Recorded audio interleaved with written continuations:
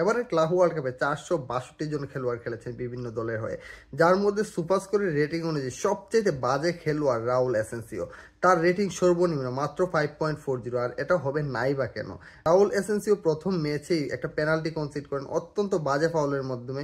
দল যখন 1-0 গোলের লিডে ছিল তখন তার ওই পেনাল্টি কনসিড থেকে অপোনেন্ট গোল পেয়ে যায় এবং তারা ম্যাচটিকে ড্র করে ফেলে।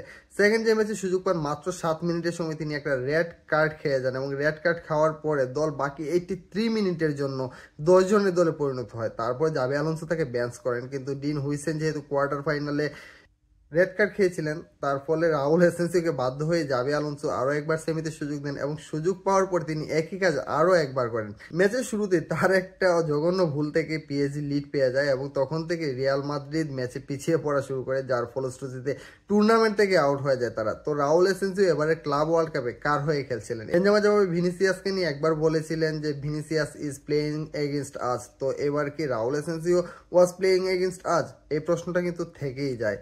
তবে ভিনিসিয়াস তারপরে যেরকমভাবে কামব্যাক করেছেন, তিনি নিজেকে রিয়াল মাদ্রিদের একজন স্টার হিসেবে প্রতিষ্ঠিত করেছেন। রাউল এসেন্সিও ইন ফিউচার এমন কিছু করবেন বলে আমরা মাদ্রিদিস্তারা আশা করছি। সো দেখা যাক রাউল এসেন্সিও শেষ পর্যন্ত ভিনিসিয়াস জুনিয়রের মতো কোনো কামব্যাক ইতিহাস রচনা করতে পারেন কিনা।